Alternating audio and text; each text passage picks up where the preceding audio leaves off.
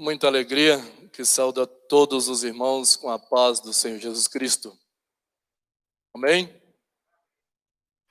Deus abençoe o pastor Pantoja, o pastor que está administrando a reunião de hoje, todos que aqui estão, para a glória do Senhor.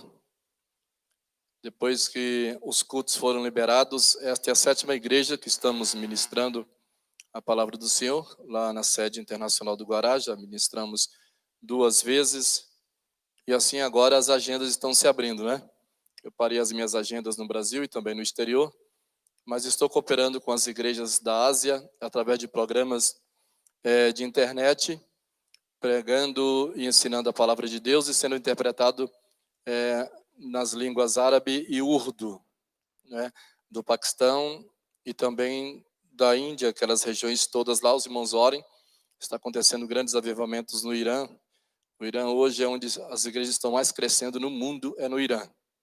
O Irã, muitas pessoas estão se salvando, a antiga Pérsia, e também na Índia e no Paquistão, que hoje já são 60 milhões de cristãos. 5.000 igrejas pentecostais somente no Paquistão. Não é? Então, às vezes a gente pensa que essas regiões são brutalmente castigadas por outros segmentos religiosos, mas Deus tem operado e tem acontecido grandes coisas gloriosas. Paramos um pouco de cooperar com a Europa Ocidental, mas esperamos brevemente retornar às nossas atividades. Eu convido a todos para lermos, mesmo como estamos sentados, Efésios capítulo 5. Efésios 5, 22 a 31. O tema, os irmãos já sabem, o glorioso e eficaz amor de Cristo pela igreja. Assim diz a palavra do Senhor. As mulheres sejam submissas aos maridos como ao Senhor, pois o marido é cabeça da mulher, como Cristo é cabeça da igreja, ele que é o Salvador do corpo. Pois como a igreja se submete a Cristo, assim as mulheres aos maridos em tudo. Homens, amai vossas mulheres como Cristo amou a igreja e se entregou por ela, para limpá-la com um banho de água e com a palavra e consagrá-la, para apresentar uma igreja gloriosa, sem mancha, nem ruga, nem coisa semelhante, mas santa e irrepreensível. Os maridos devem amar suas mulheres como a seu próprio corpo. Quem ama sua mulher, ama a si mesmo. Ninguém jamais odiou o próprio corpo, mas o alimenta e dele cuida, como Cristo faz com a igreja. E já somos membros do seu corpo. Por isso, o homem abandonará seu pai e sua mãe, se unirá à sua mulher, e os dois serão uma só carne. 32. Esse símbolo é magnífico, e eu o aplico a Cristo e à igreja. Eu vou repetir aqui na Bíblia, a versão do Peregrino, o versículo 30, os versículos 31 e 32. Por isso, o homem abandonará seu pai e sua mãe, se unirá à sua mulher, e os dois serão uma só carne. Esse símbolo é magnífico, e eu o aplico a Cristo e à igreja. Amém.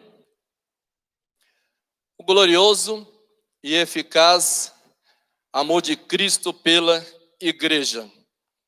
Nós, pregadores e ensinadores da palavra de Deus, temos mencionado com frequência acerca do amor de Deus, com base em João 3,16.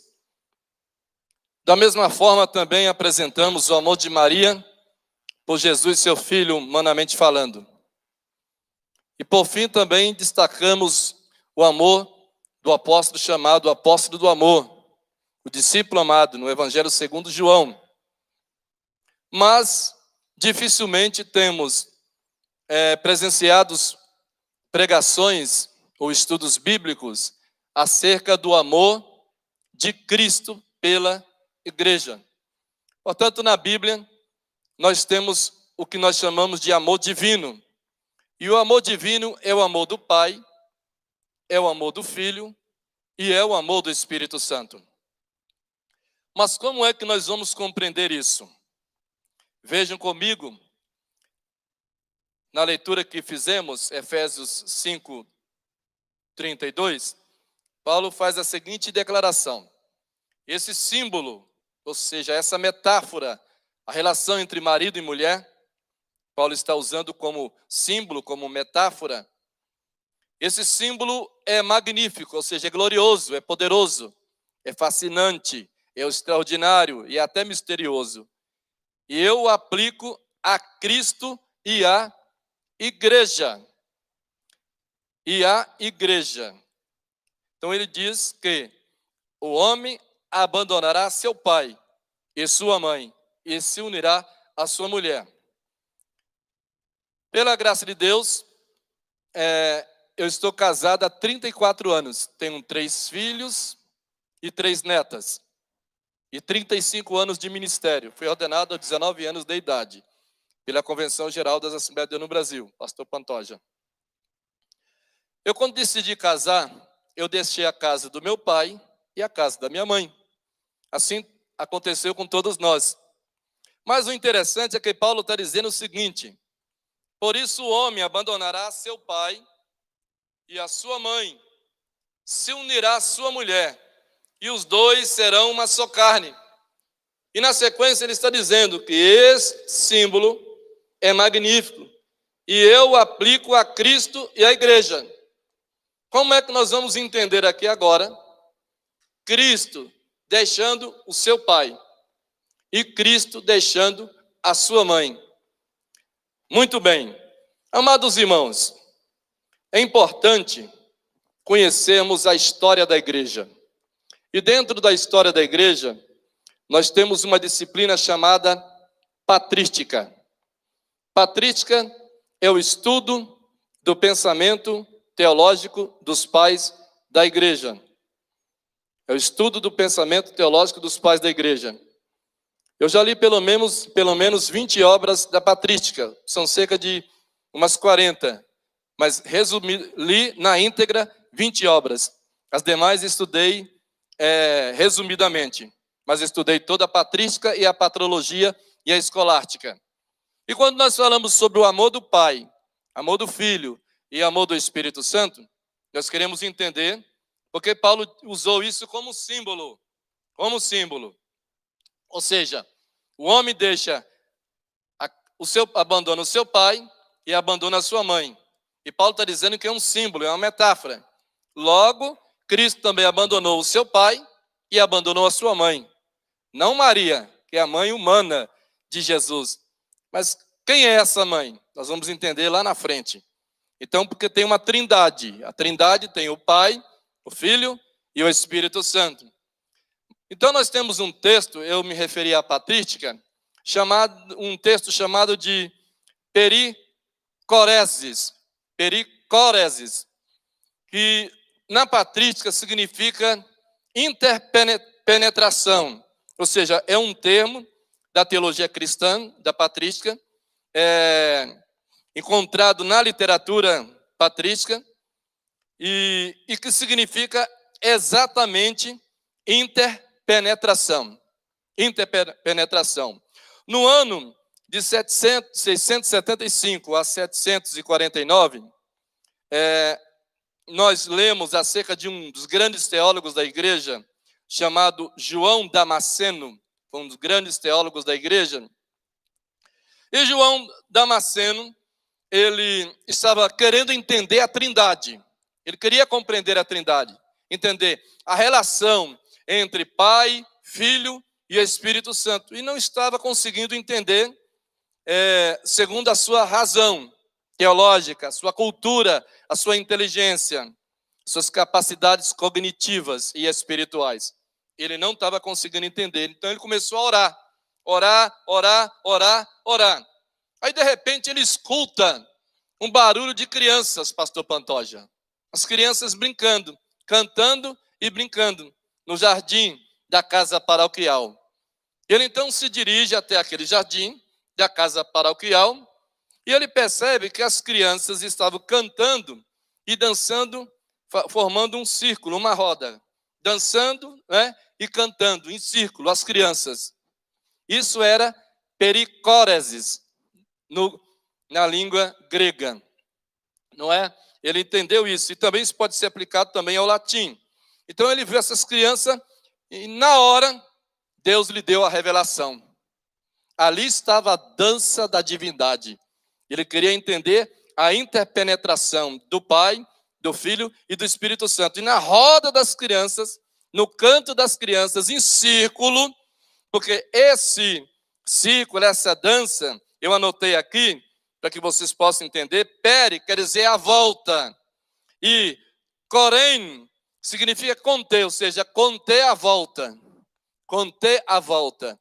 Isso ele teve, então, como metáfora, como símbolo, e criou, então, o termo pericóresis, que significa a interpenetração, a dança da divindade.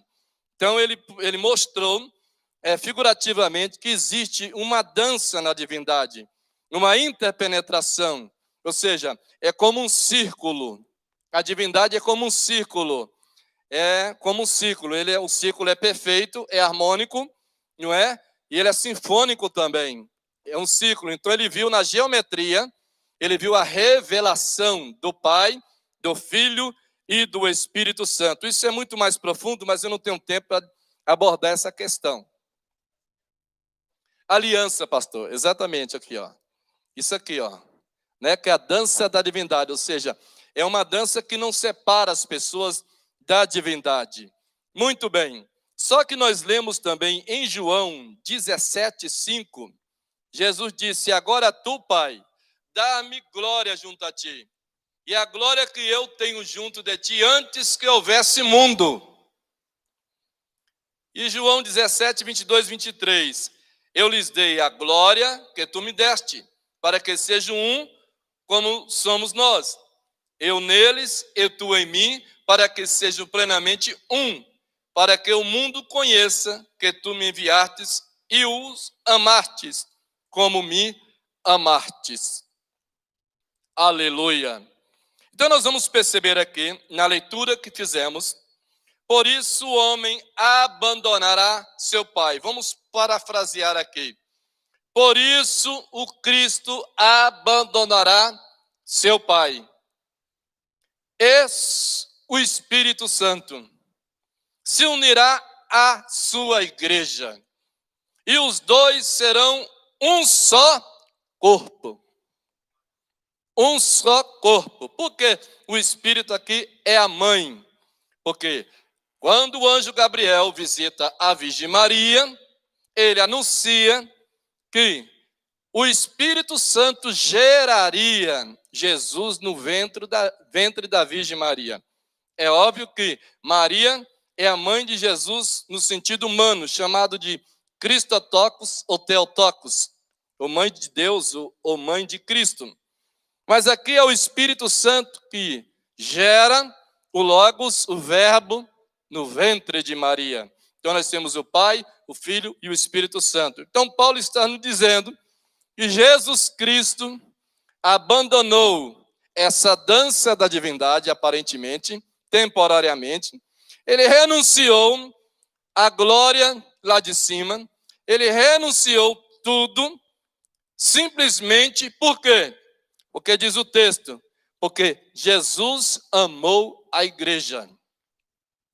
Deus o Pai amou o mundo, mas Cristo, o Filho, amou a igreja. E o Espírito Santo também ama a igreja, porque a obra de salvação é operacionalizada pelo Espírito Santo. Portanto, vamos apresentar agora aqui pelo menos três verdades acerca dessa grande revelação. Em Efésios 5:23, diz: Cristo é cabeça da igreja, ele que é o salvador do corpo, o glorioso e eficaz amor de Cristo pela igreja. Primeira verdade, Cristo é cabeça da igreja e Cristo é o Salvador da igreja. Isso significa que todos nós somos irmãos. Nós formamos o quê?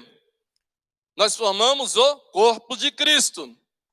Não um corpo, porque não é no indefinido, é no artigo definido. Então a igreja é o corpo de Cristo. Então ele está dizendo que Cristo é a cabeça da igreja. Significa que todos somos irmãos. Todos somos iguais. Todos éramos pecadores. Agora fomos salvos, somos salvos. Isso significa que Cristo é a cabeça da igreja. Então não é o corpo que dirige a cabeça, mas é a cabeça que dirige o corpo. Sabe por que tem muita igreja fora da Bíblia? Porque tem igreja que está querendo dirigir a Bíblia, querendo dirigir o Evangelho, querendo dirigir Jesus Cristo, dirigir o Espírito Santo. Não aceito mais a autoridade cristológica. A autoridade não é da igreja, a autoridade é de Jesus Cristo. Jesus é a autoridade máxima da igreja. Então nós temos que tomar cuidado com o antropocentrismo, individualismo, o materialismo, humanismo secular. Temos o secularismo, que é terrível também o secularismo. Então o secularismo é você tirar Deus do centro. Também não temos tempo para fazer essa diferença entre humanismo, secularismo, materialismo. Mas veja que Cristo é a cabeça da igreja, é o chefe da igreja, é o dono da igreja, é o Senhor da igreja, é o Salvador da igreja, Ele é o proprietário da igreja, Ele morreu pela igreja, Ele se santifica pela igreja. Cristo é o Senhor. Mas nós cristãos hoje, no século 21, temos dificuldade de entender isso. Porque nós achamos que estamos aqui na igreja como se Deus fosse um grande gerente de um grande supermercado e que você entra na igreja e você faz o pedido que quer e Ele vai, então, oferecer a você aquele pedido. Igreja não é clube, igreja não é sindicato, igreja não é supermercado, igreja não é shopping center. A igreja é o corpo de Cristo e Cristo é o chefe da igreja. Então Jesus é o Senhor. Nós estamos aqui, irmão, não é para reivindicar nada, porque Jesus já nos deu a salvação. Nós estamos aqui para louvar, para glorificar e para adorar. Se você está aqui na igreja para barganhar com Deus, você está perdendo o seu tempo. Nós temos que estar aqui para louvar a Jesus Cristo. Ele é o Senhor da igreja. Ele é o Deus da igreja.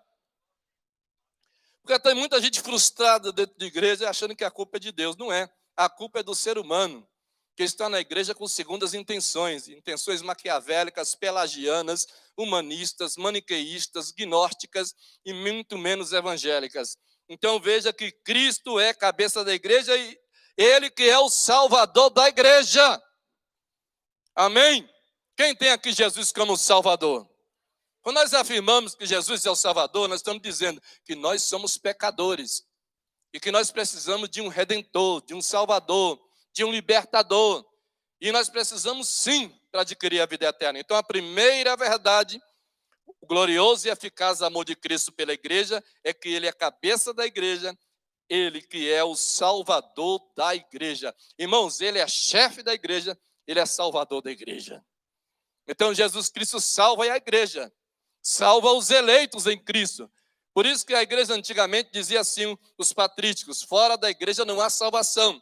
Porque tem gente que acha que pode ser salvo fora da igreja. Não, não pode ser fora da igreja. Não estou falando igreja, prédio, instituição, Assembleia de Deus, batista, presbiteriana, metodista, menonita, luterana, anglicana, ortodoxa oriental, ortodoxa bizantina. Não estou dizendo isso. Universal de Deus, congregação cristã no Brasil, Deus é amor. Não, igreja aqui é o corpo de Cristo. Igreja é o corpo místico de Cristo. Então, fora da igreja não existe salvação. Não, eu não quero mais frequentar a igreja. Eu vou ser budista, lá não tem salvação. Eu vou ser animista, não tem salvação. Eu vou ser do islamismo, não tem salvação. Eu vou ser do espiritismo. Não, é no corpo, é na igreja. Só é salvo quem é igreja, irmãos. Isso tem a Bíblia. Se você acha que isso aqui está muito pesado, está excluindo as pessoas, não tem outra. Jesus disse, eu sou o caminho e a verdade e a vida. Ninguém vem ao Pai a não ser por mim. Então, por isso que nós somos chamados de igreja evangélica, porque nós pregamos o evangelho de Jesus Cristo. Segunda verdade, Mulheres, como Cristo amou a igreja e se entregou por ela, para limpá-la com um banho de água e com a palavra e consagrá-la. Então, a primeira verdade é que Cristo, ele é líder e expiador dos nossos pecados. Você acredita que os seus pecados foram expiados? Foram deletados, eliminados? João disse: eis o Cordeiro de Deus que tira o pecado do mundo. E agora a segunda verdade é que você vê aqui a expiação e o Espírito Santo. Porque o texto diz: como Cristo amou a igreja e se entregou por ela. Então, fora da igreja, não existe salvação. Para limpá-la com um banho de água, que é o batismo de regeneração, e com a palavra, e consagrá-la.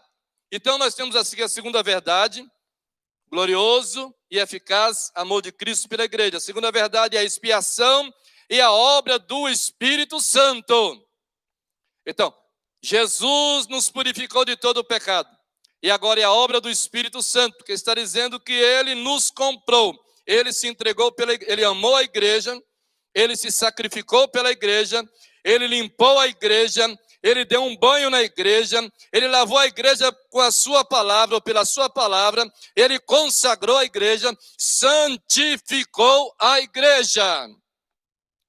Agora, nós cristãos hoje temos dificuldades, a grande maioria tem dificuldade de entender isso, porque as pessoas não estão lendo a Bíblia, pastor Pantoja.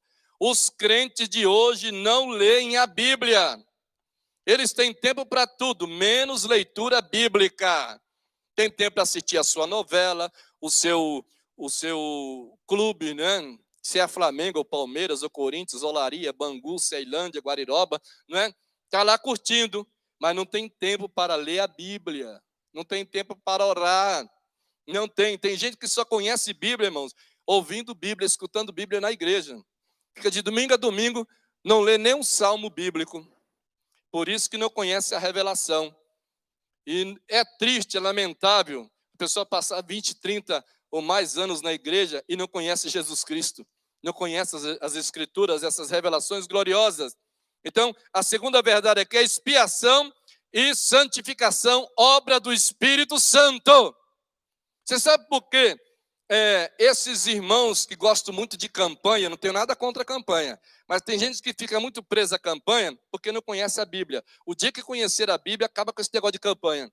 Você vai descobrir que a verdadeira campanha já foi feita na cruz do Calvário. Na cruz, se você ler Isaías 53, ali tem salvação, tem cura divina, tem libertação, tem santificação, tem renovação espiritual, tem prosperidade, tem andar no Espírito, tem tudo. Agora eu vou ficar criando amuletos teológicos dentro da igreja? Não, irmão. Nós temos que tomar posse daquilo que Jesus já fez pela igreja. Temos que tomar posse das verdades bíblicas. Então, a terceira verdade que nós vamos perceber aqui é que é o futuro da igreja. A igreja tem um futuro. A igreja tem um futuro. E qual é o futuro da igreja? O passado da igreja, pastor, é a cruz, mas o futuro é a ressurreição. O nosso passado ficou na cruz, o nosso futuro está na ressurreição de Jesus Cristo.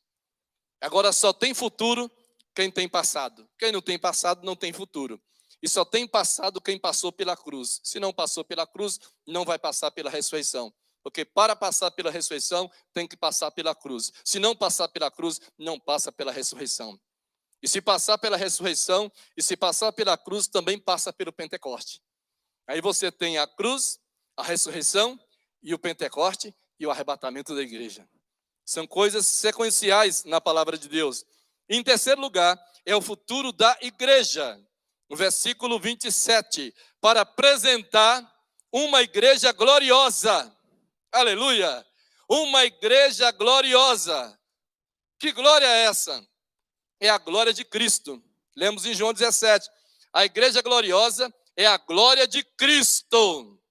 Igreja gloriosa, para apresentar uma igreja gloriosa, sem mancha, não pode haver mancha, nem ruga, porque mancha é a mancha do pecado. E a ruga? O velho homem. Nascido do Espírito não tem ruga. Nascido do Espírito não tem ruga. Eu dizia ao professor Jason, que é psicólogo do governo federal, e nós estamos conversando, vindo de casa para cá, que nós temos que servir a Cristo. Qual é a palavra que o senhor usou? Desinteressado, né? Desinteressado. Servimos a Cristo desinteressado. Tem gente que vem para a igreja, pastor, ainda com o espírito católico romano, sabia? Ele quer carregar a cruz, ele quer tomar água benta, ele quer ser ungido com sal, quer passar no corredor de fogo. Irmãos, é melhor você ir para a igreja católica apostólica romana. E você fique lá. No cristianismo reformado, pentecostal, de Jesus Cristo, do Espírito Santo, irmão, não tem sal grosso, não tem corredor de fogo, não tem sabonete ungido, não tem água benta, não tem nada disso. O que tem aqui é o poderoso nome de Jesus Cristo na sua encarnação, crucificação, ressurreição e intercessão pelo Espírito Santo de Deus. Isso é o cristianismo. O que estou ensinando por aí, irmão, é paganismo da Idade Média. É o medievalismo neopentecostal. Estão pregando um outro evangelho. Não é outro evangelho. Então é a terceira verdade. Para apresentar, veja só, para apresentar uma igreja gloriosa, pode repetir comigo, gloriosa, sem ruga, sem mancha, nem coisa semelhante, mas santa e irrepreensível. Santa e irrepreensível. Então este é o futuro da igreja. O futuro da igreja é o céu. O futuro da igreja é a imortalidade. O futuro da igreja é a incorruptibilidade. O futuro da igreja, irmãos, é a salvação eterna. O futuro da igreja é morar para sempre com o Pai, o Filho e o Espírito Santo. O futuro da igreja, novos céus e nova terra. O futuro da igreja é estar diante de Deus por toda a eternidade, dizendo: Santo, Santo, Santo, Santo é o Senhor dos exércitos. Por isso que o glorioso e eficaz amor de Cristo pela igreja é glorioso porque, primeiramente, nós temos um Cristo humilhado até a cruz, mas após a cruz temos um Cristo exaltado. Então é o glorioso e eficaz amor. E por que ele é eficaz? Porque ele salva, porque ele liberta, porque ele santifica, ele traz esperança. E por último, nós mantemos comunhão com Cristo vivo, com Cristo ressuscitado. Nós mantemos comunhão com o Pai, com o Filho e com o Espírito Santo. E ele diz: por isso o homem abandonará seu pai e sua mãe e se unirá à sua mulher, e os dois serão uma só carne. Então, Cristo está unido a nós pelo poder do Espírito Santo. Esse símbolo é magnífico e eu aplico a Cristo e à igreja. Assim vós, cada um ame a sua mulher como a si mesmo, e a mulher respeite o seu marido. Ou seja, nós temos que respeitar a Jesus, porque ele já nos ama.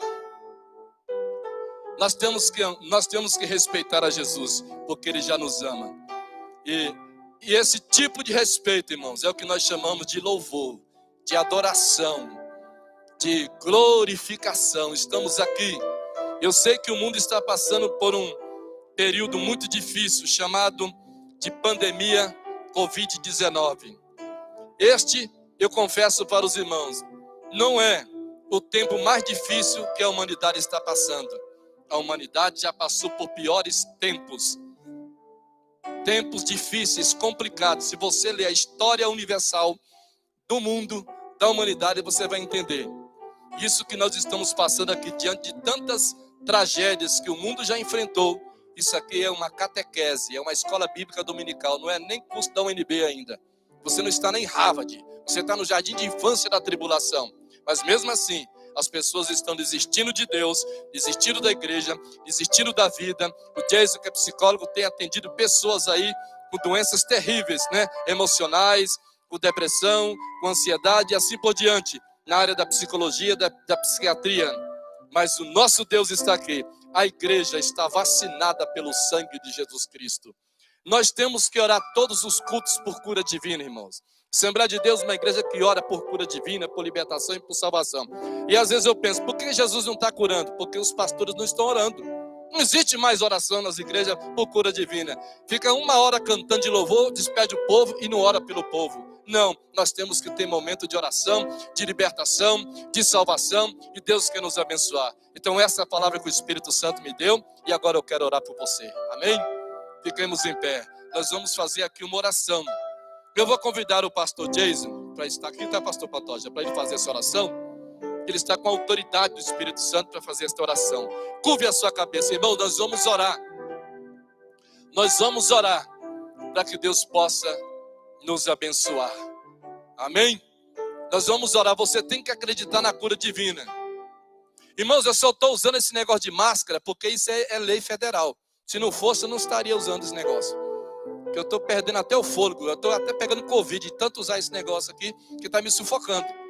Mas eu estou usando só porque é lei federal. Se não fosse lei federal, não estava usando esse negócio, não. Não estava usando nesse negócio. Mas como é lei federal, né? Então eu tenho que usar. Amém? Mas nós vamos orar e Deus vai proteger a sua casa. E aqueles que estão doentes ou enfermos, nós vamos orar para Deus curar todos eles. Amém? Graças a Deus que o Brasil tem uma estatística aí de milhares de pessoas recuperadas, né? Eu conheço muitos irmãos que também estão passando por esse período. Vamos orar, irmão. Agora o segredo é estar na igreja.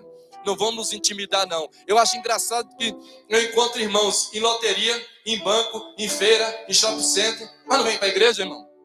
Anda em todo lugar aí, mas para vir para a igreja não vem. Deus quer você aqui na igreja, irmão. Será que a igreja aqui é uma ameaça, pastor? Não, aqui não, irmão. Aqui não é ameaça, não. Aqui quem reina é Jesus. É o Espírito Santo. E eu creio, se entrar alguém aqui doente, com Covid-19, ele vai sair daqui com Covid-23, Salmo 23. Vai sair daqui com o Salmo 23. Covid-23 não. O Salmo 23 vai sair daqui liberto. Nós cremos. Eu tenho um filho de 30 anos que mora em Lisboa, Portugal, há 5 anos. Ele trabalha lá, uma multinacional. Ele estava entre a vida e a morte na UTI da Asa Norte. Nós oramos, Deus me deu uma visão. No outro dia ele saiu da UTI, estava com câncer no sistema linfático, desenganado pela medicina. Irmãos, dentro de uma semana ele foi curado, está casado há 10 anos, está lá, é pianista da igreja, está lá em Portugal, um rapaz bonito e abençoado. Que é isso? Jesus Cristo ainda cura! Aleluia! E nós vamos orar, irmão, porque essa máfia internacional aí dos políticos já tem a cura, mas não libera, porque querem investir em pesquisa científica, querem liberar dinheiro, mas já existe a cura sim. E Jesus Cristo, ele cura, ele liberta, ele salva. Vamos orar a Deus, curva a sua cabeça.